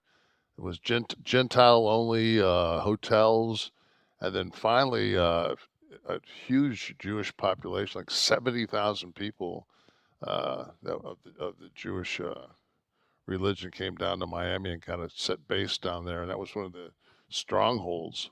I was going to say Miami Beach, South Beach was South Beach huge. was a huge. So that elderly Jews. But to find an area that was packed with Jews in Florida and spray snow on them, I gotta go to Jersey. But you could have had a Florida guy working up here. Moving up here. I guess nobody moves north. Everyone moves south, maybe. Yeah. Let's check out the Florida man looking to date his teen daughter. This is Michael Banks. Reportedly shot his mom, her friend, and a 17-year-old daughter after he revealed a desire for an incestuous relationship with his teen. So obviously she wasn't in on it either. The 17-year-old. No. No, clearly not. What a fucking nut job. And this was in, where would this be? Kissimmee. Interested in where it is. It was reported by the Tampa Bay Times, so I'm guessing it's on the West Coast over there somewhere. Florida man, per the affidavit, overheard his mother and her friend speaking about leaving with the teen to rescue her. And I guess that was the last straw for him, Michael Banks shooting them. I can't believe he didn't stick the gun in his mouth after that. No, they got him. Police arrived on the scene. He did get into a brief shootout with them. Only because he was trying to finish the biscuit. So that's him. And now, of course, we can go to Jersey and see our friend here. Waste management employee. Working for the Sopranos. The plow driver cast a wave of snow and ice from his plow onto two Orthodox Jewish men walking along a New Jersey roadway. The gentleman's name responsible is... Why can't I find this? Where is he? Where is he? I don't have the name. I don't know. It's not in the story. Maybe this was breaking news when it happened and it hadn't been released yet. But he is facing, or maybe they hadn't found him yet. I think video emerged. That's what it was. And so now they're looking for the person responsible who will now face charges. Okay. That's that. Listen, Kev. More tragic than both of those stories was the condition of my body for many years. And it's folks like those at FitBod that make the ability to get one's shape in line, get their stuff together. What is FitBod? What is it? If you don't know, it's an app. Okay, we've been talking about this app for months. It is so user-friendly and leveled for the expert and the beginner. Someone like Kevin who knows every inch of his body does and would like to design his workouts, bang, he can do it on this app. Great graphics if you're looking at the screen right there, and you can see the actual breakdown of every muscle in the body and what exercises and lifting routines would target it. God, it is so idiot-proof that even I can open this and design my workout. Best thing about it is this improves with your workouts. So it challenges you, it pushes you, and it creates a personalized workout based on your goals, okay, your level, where you're at, and the available equipment. You don't have to go get anything to use this. You can incorporate this into your life right now, and it will adapt to your desired workout routine. This is fine-tuned by experienced certified personal trainers to bring the best practices and exercise science to you. And you learn to do this stuff the right way, by the way. There's over 1,000 demonstration videos. Add this to your workout essentials, guys. Like your supplements and everything else you get to plan your workouts. Make FitBod a part of your personalized workout plan. And you're going to get 25% off. What? 25% off your subscription. Try the app for free right now. FitBod.me. That's fitbod.me/Kliq. FITBOD.me/Kliq. KLIQ. And let us know how you're doing with this. In your gym profile, you can find several options to customize to adapt to your unique fitness preferences. This thing, they've thought of every option possible. It keeps your gym sessions fresh and fun. Everyone likes a little digital addition to make everything more fun, and that's what this is. It's got a very powerful algorithm to it. It understands your strength training ability. As you get stronger or master exercises, it adapts to push you a little bit harder in your next workout. Guys, try this for free, okay? And get 25% off when you decide to subscribe. FitBod.me/Kliq. This would have been great for the guy that asked, how do I build my arms? Yeah, he's probably still listening. Yeah. FitBod's how you build your arms, brother. Yeah, but I mean, I just was looking at the app, and I'm just, you look at, it gives you 3 exercises, and all of them are, standard compound movements that, use more than one muscle. So I mean, that's the basis of everything you want to do. Is you want to do, compound movements, and then later on, as you sculpt your body, but you're going to get much better results on doing compound movements early. And if you want to know what the hell he's talking about, you click those videos right there too. It shows you the compound movements. 5 million downloads, 40 million workouts. So there's some people doing some work. Thank you, FitBod, for coming up. Kevin, another story I thought of you when I read that The Rock is now on the board for TKO. Yes. And we can actually say The Rock because he got the rights to The Rock, the trademark, right? As part of the agreement. Mm-hmm. He no dummy. Nope. I don't know why I turned it to Tony Atlas all of a sudden, but so Kev, why not Kevin Nash on the board? Why not a board seat for Kevin Nash? I was thinking about the guys. Who would I choose if I was Ari and I needed to put together? Now, Ari, I need some help with the wrestling product. I need some guys that know business, but know the wrestling product. I'm picking The Rock over me. Well, it doesn't have to be mutually exclusive. You could both be on the board. I don't want. You have an advantage over Dwayne. I'm going to tell you. You have an advantage. You're both wrestlers. You both worked on top. I don't give a fuck. I don't give a fuck. You're going to have to pretend you give a fuck if you're going to sit on the board. That's what I mean. That is. I try to explain this to people.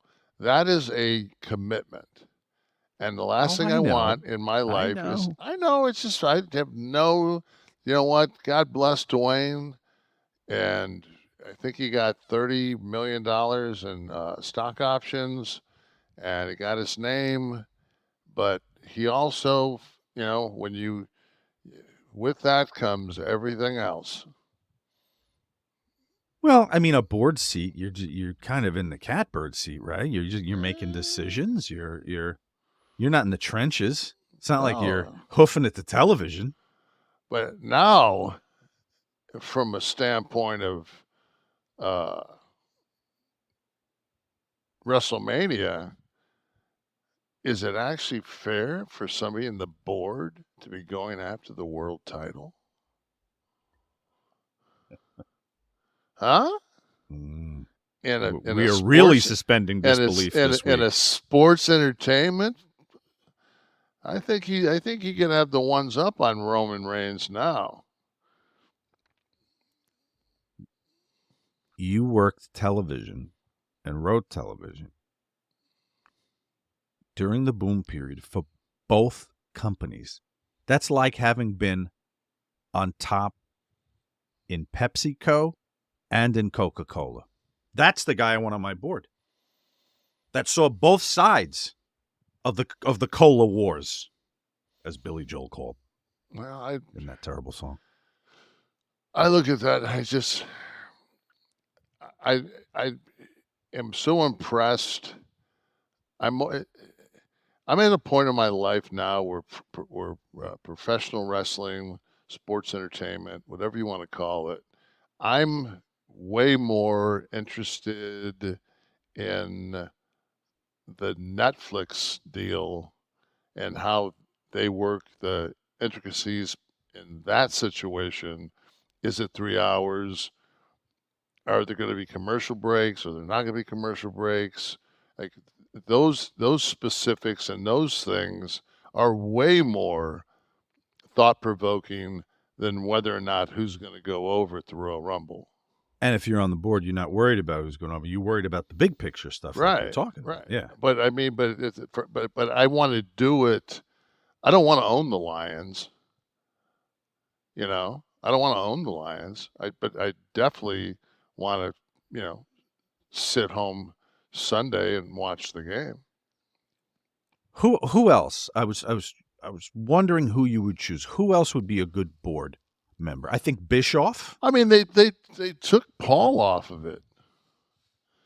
Like Triple H, like how the fuck is? I mean, but Paul wanted to be in the trenches and creative, right? I mean, when you're sitting on the board, you're but just he's decision making for the direction of a company. He's still so. He's still so intertwined in every fucking thing that they do, because it's like you run the assembly for Ford Motor Company. You're in charge of all the assembly of all the automobiles. And it's just like, how do you not be a member of the board? Because you're the one that's building the product that we're selling. Well, I don't know specifically the answer to that question, but I can tell you, if I loved the line and I loved the design of the cars and I loved the feel of even if I'm just a supervisor and I'm not standing there on the line, but I'm going down and I'm in with the people that are touching the metal every day. That's what I wouldn't be passionate about what partnership Ford should enter into in the NHL to put their logo at center ice. I wouldn't care about that, I don't think. I would want to be down. And so maybe Paul doesn't care about the big picture stuff and the crossing the I's and crossing the T's, dotting the I's. Yeah, I think also with 3 daughters and one getting ready to go to college, and I think that not to speak for Paul, but I know how much he loves his daughters and how much he loves his family, and I know that he doesn't need any more. Because I remember when he took like 10 days off and they went up to New Hampshire and they were all at the lake, and I remember talking to him, and just like you could almost sense that, he wasn't going to be one of those guys that was going to work till he died. Like, he valued time away from. Yes. Okay. See, Dwayne is just, Dwayne's a different human being. Dwayne is, he's so fucking driven. And I tip my hat to somebody, but man, like I said, there's never been a day in my life when I look in the mirror and I want to be anybody but that motherfucker I'm looking at. Because, man, I like that fucking guy's mojo. He don't give a fuck. If he don't feel like doing it, he ain't doing it. Like, I dig that. As Steve and I used to say, Steve Austin, dig it the most. I dig that the most.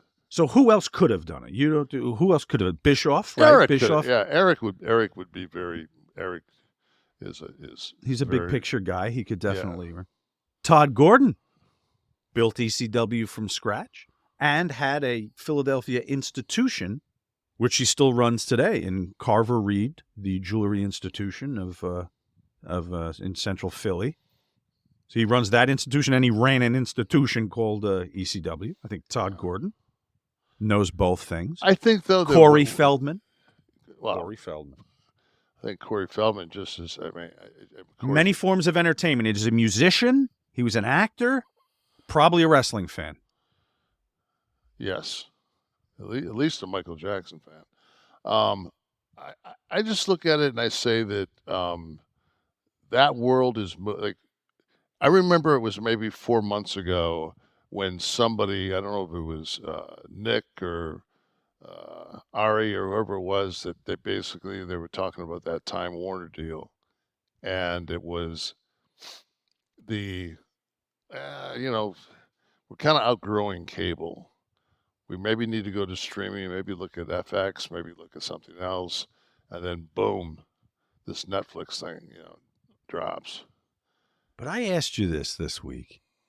How do they recoup that number just on a subscriber basis? They have to be adding some kind of revenue stream. Okay, in concert so with this. we had the discussion on why bring back gender.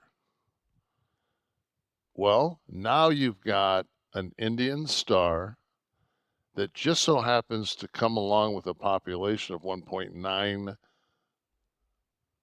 billion people, and you grow. So there's so many markets that you can grow that Netflix into, and you can do it through that. But we're talking 5 billion, right? It's 500 million per year. That's a massive number, and 500 million people when there's 8.5 billion on the planet. I mean, what percentage do you have to get? But they think they're adding that subscribership to Netflix. Many of the wrestling fans who would be watching Raw already have it, so it's not new dollars. I understand that, but at the same time, I also. It's not like those movies that are like the Extraction 1, Extraction 2, that those movies are cheap movies. Those are $100 million movies. And do they make that money back? Oh, you're talking about the Netflix films? Yeah, the Netflix films or the Netflix programming. So this is actually the first streaming adventure that they've had. For live events. Steve mentioned 2 other things they did. One was the Chris Rock, which was live on Netflix, and the other was the finale of a show that they did that was a fucking disaster. Love Is Blind. The finale. So this is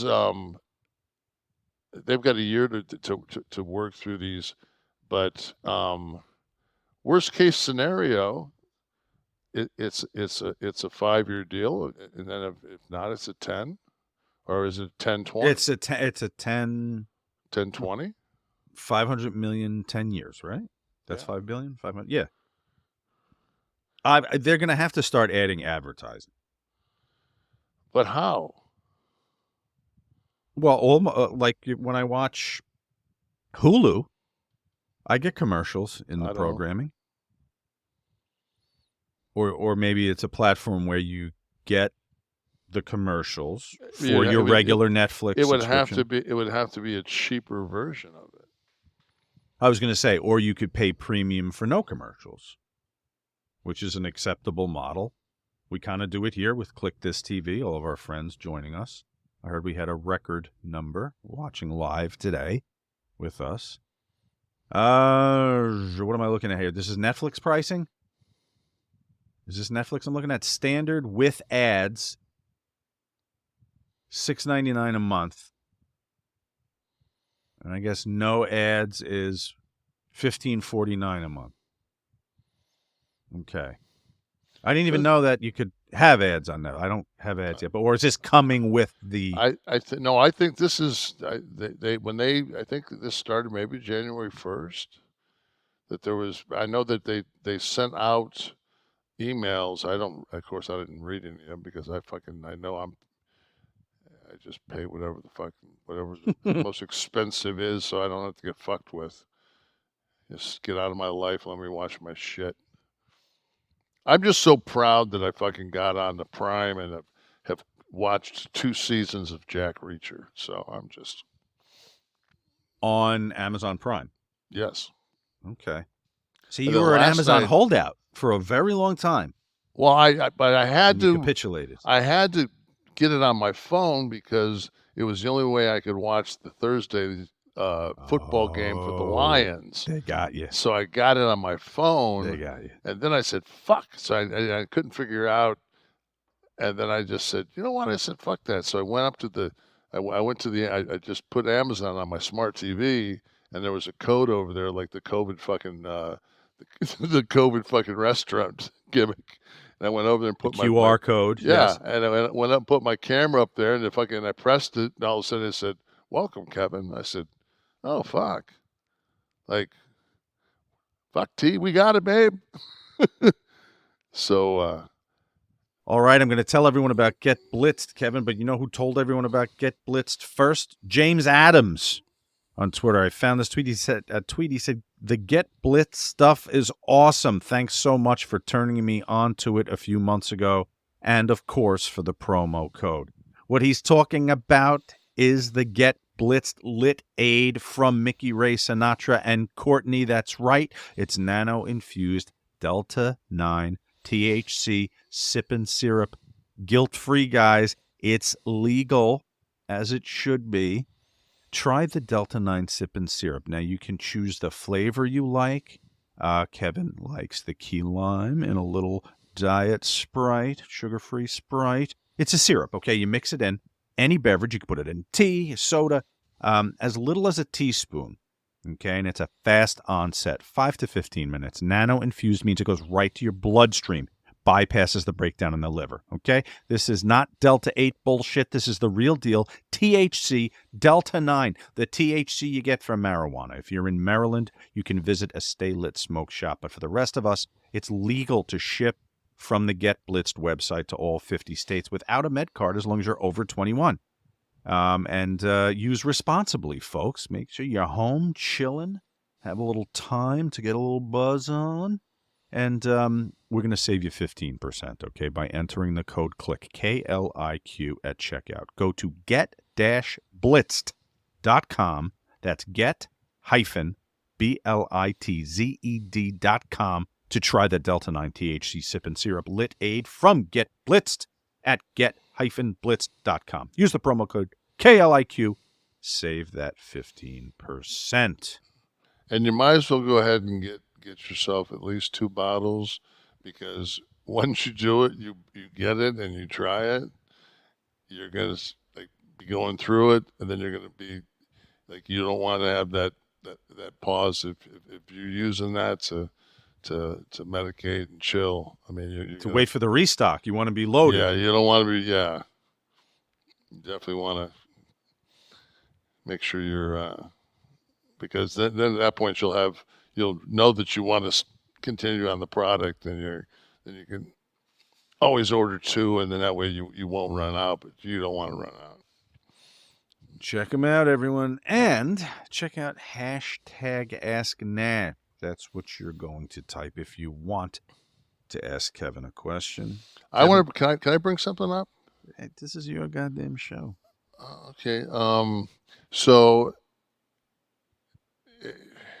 one of the biggest things since I've lost my son is I've lost my connection to current, what's the hottest current music. And I used to always laugh with my son and say, how do you become that guy that just stopped at Black Sabbath and never oh man, just listen to AC/DC, man. And I'm just saying though, and I always had T, and I would tell him he'd be like, Dad, have you heard Sam Hunt? I'd be like, nah, I don't like country music. He'd play a song. I'd be like, oh, okay, I like that. And so what I'm asking now out there for anybody that's listening is use this this format here for some anything. Musical suggestions. Yeah, I'm a huge R&B fan. I love progressive. I'll listen to house music. I'll listen to anything that's good. So give me some shit out there that's excellent. I don't have a college radio station that I can pick up, and it's there's not back in the day you could watch MTV and pick up new music, and nowadays there's just nothing really out there to pick up new music. So the last new music that I got into was probably Sturgill Simpson. You ever hear him? Excellent. I guess he had a country background, but he added some kind of electro fusion in his most recent record, and I think it's amazing. But yeah, I hear you. So guys, definitely give us the hashtag AskNash and put some musical suggestions. We can track it on air, and we'll see how you do. See, I don't have music on my phone. Apple Music. You got to just sign up for it. It's I don't use my phone in that purpose. Oh, So where I like to listen to my music is I like to pull it up on YouTube and watch it in the TV room with the fucking Boston Acoustics and the woofers and and get my groove. I mean, that's what I love to do is, not only listen to it, but preferably watch maybe a live performance or something to that, Okay. So that's kind of what I'm looking for. So if you guys could direct me, I would greatly appreciate it. Like I said, I lost my my co-pilot, so. Well, our audience will be there for you. We will get you Much appreciated. up to speed. Cowboy Shit wrote in. He said, up here in Michigan, but die-hard Vols men's hoops fan. My all-time favorite player is Chris Lofton.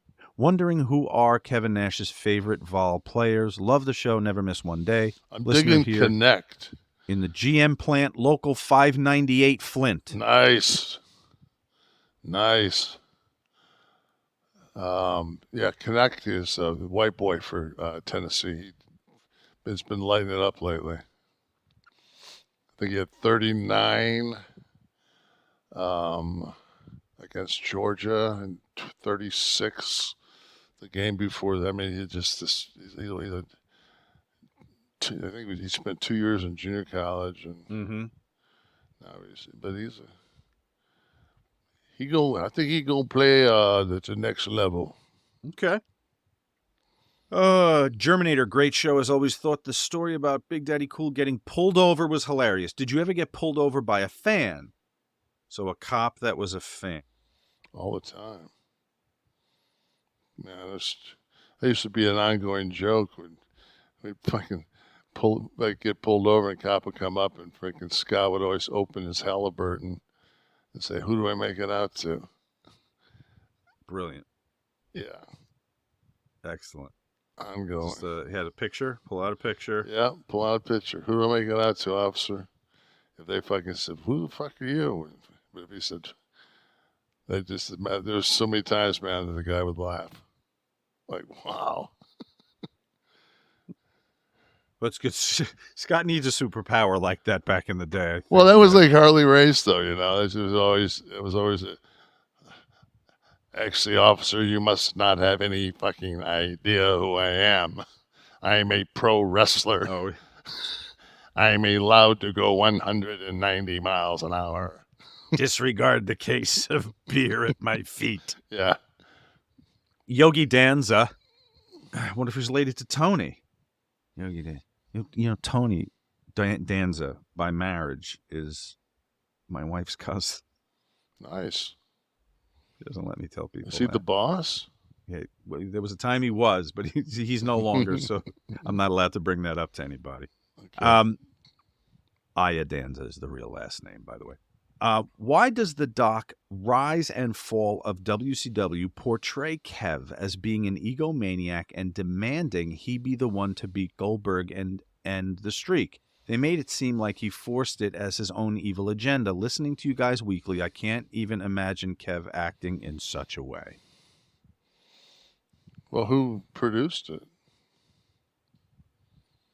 The Rise and Fall was WWE, right? They weren't there. How the fuck are they gonna know what happened? They need to take care of their own shit. You know? What do you got in the audience? Their own shit. I got it. My kayfabe business partner, the Garfunkel to Simon or vice versa, Anthony, just texted me. I haven't talked to him in a long time. We have to talk business occasionally when we talk about managing the catalog, but then we'll go for 4 or 5 months without talking. I just get a random text. He shit on her, huh? That just comes off. What do we got in the audience? Tyler Blair, at what point does AEW hire Russo? They need somebody. I was going to say, I'd throw everything at the wall and see what's stuck. I'm telling you, I'd definitely I would give Vince a 6-month run to see if he can, who was I talking to today? It wasn't Brock Lesnar, was it? No, it was I think it was one of our guys. I forget who I talked to today. But I just said that, I know who I was talking. I was talking to Wade Keller today. And I said that we were talking about the product and about AEW. Because Wade and I have always been tight. And I always liked his style because it was more journalistic than it was, Meltzer was about what he liked, as opposed to just giving me a movie review, not just the movie reviews on what he liked.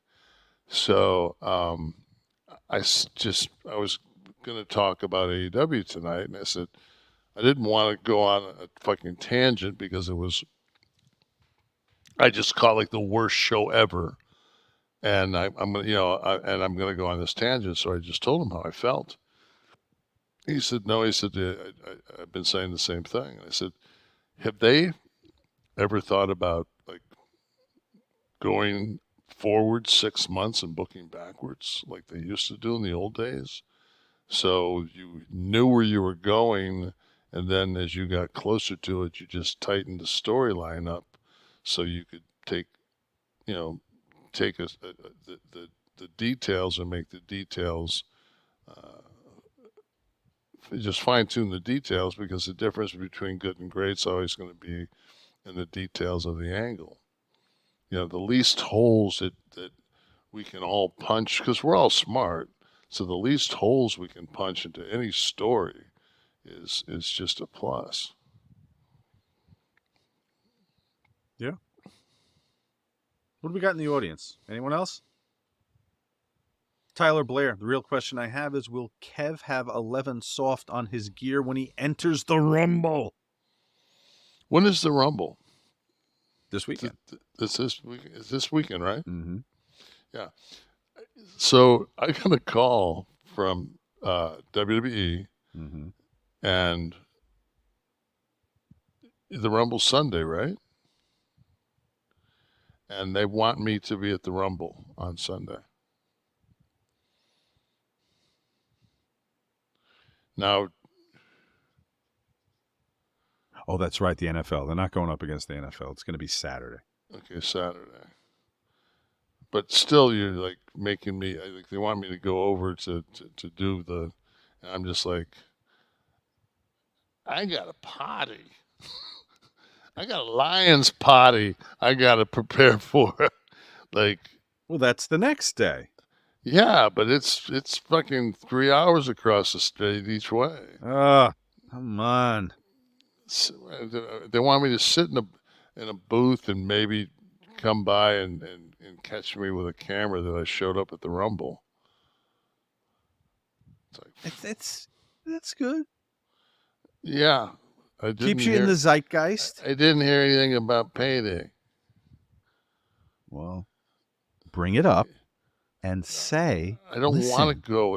If I leave, you're going to go and you're going to say, could you please put host of Kliq This no, instead of WWE champion? I don't want to go.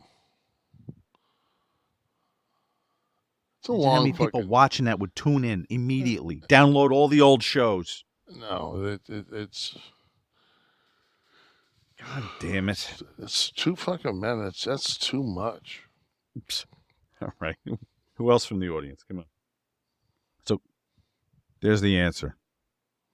Heading 8. With the reports of Raw being off USA in August, what should WWE do to keep the flagship show visible? YouTube, OnlyFans? 4 months is a long time for a dead period. Well, I think it's actually, it would be September, October. Yeah, it would be September, October, November, December.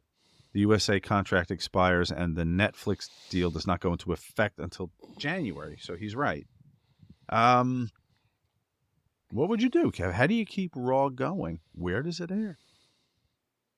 Could put it on, couldn't they just put it on Peacock? Peacock's still going to be there. Mm-hmm. Could just put it on Peacock. I mean, that's why I have Peacock still on my television, was because when the WWE Network was the WWE Network, I bought that, and then it churned. Then I had to buy Peacock. They gave you that time frame, and then all of a sudden the WWE Network was gone, and then you had to have Peacock. And I thought it would just flip to Peacock, but that wasn't the case. So. Right.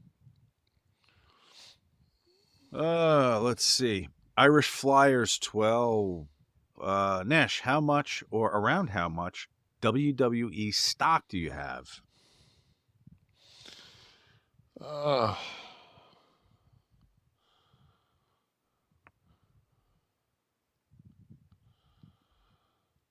More than a teacher makes in 10 years? In 10 years. Was it a Florida teacher or like a New York teacher? Florida teacher. Florida teacher. So that would be $22,000 times 10. A little bit more than that. Where are we at here? 87. Nice spike. Is that a 1 day or is that an hourly? What chart are you looking at? Is that a daily chart? I can't. That's the daily. There must have been some news that investors are happy about. Did you see what the Dow closed it today? No, what did it? No, was it a record? What was it? Yeah. Yeah, it keeps pumping. And they're talking about this. They're talking about like, do they have a thing where they think it's going to open tomorrow? Do they have that? The futures? It's probably early for that. You can get that tomorrow morning before 9:30. I saw somewhere where it was either Squawk Box or something. It was like 39,000. Like it was gonna. Wow. Was I the? So I good. got a question. Yeah. Okay, this is just a stock question. When the and I had Tesla stock, and I've slowly been selling it, getting rid of it, and I just dumped what I had left when this huge snowstorm hit, and all of the charging stations didn't work. And the batteries too, right? Yeah, it's just like nothing worked. And I'm just like, okay, so we're going into climate change. There's a polar vortex. Like, I swear that look at Tesla that graph. Tesla's dropped like 12% in 2 days. Yeah. Good thing he's got Twitter. That's on fire. Yeah. Look at that. Fucking. That's the end of the blue streak at fucking Cedar Point before you get off. What else from the house? Wrap us up. Somebody here in our live audience. What do we got? Where else do you get AEW anime and stock all in 1 2 hour erotic defecation? I mean, we didn't cover that. No. We skirted it. Who's here in the audience? James Bedford, you referenced Every Time I Die earlier when The Butcher was wrestling. You said it was one of T's favorite bands. Have you listened to Better Lovers? ETID broke up. This is a new band. Is it? I haven't listened. No, I have not listened to it. Is it any of the guys? From the original members? Keith, this isn't Keith Buckley's band, is it? Made up from previous members minus the singer. Okay, so it's without Keith. No, I didn't know that, but I will definitely look them up now. Okay. I think Andy's brilliant. Anyone else? Anyone else? And a sweetheart. Eddie P. 30-year anniversary of Diesel's 94 Rumble spot this month. They call it the Diesel spot now. Do they? Yes, that's referred to as the Diesel spot.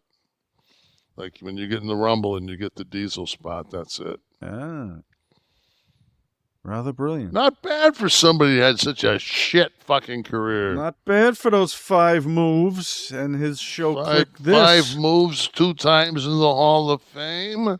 This fucking guy. I think you should do a Rumble run-in with a Kliq This t-shirt. Just saying. I should fucking spray diarrhea on everybody. That's at the hotel after them. Kliq This is a production of Butch and Sundance Media, produced in association with Podcast Heat, created by Tristan Nash, Kevin Nash, and Sean Oliver, producer Steve Kaufman, graphics by Dominic D'Angelo, title sequence and audio edit by Wesley Burleson, theme song by Dale Oliver, technical research by Tristan Nash, copyright 2024, Butch and Sundance Media. Kev, do you want to do another one? Yeah.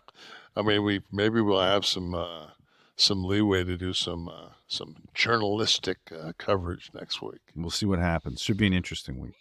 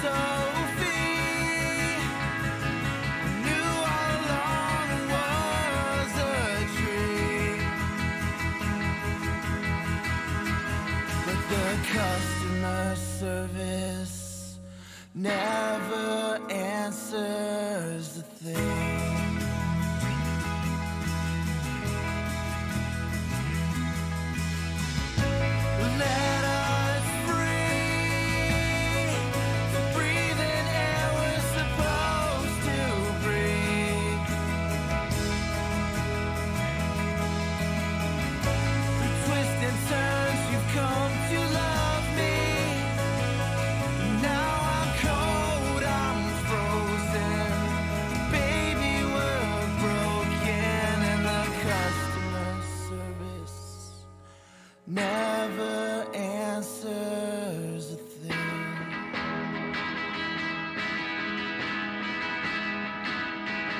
Yeah, the customer service never answers a thing.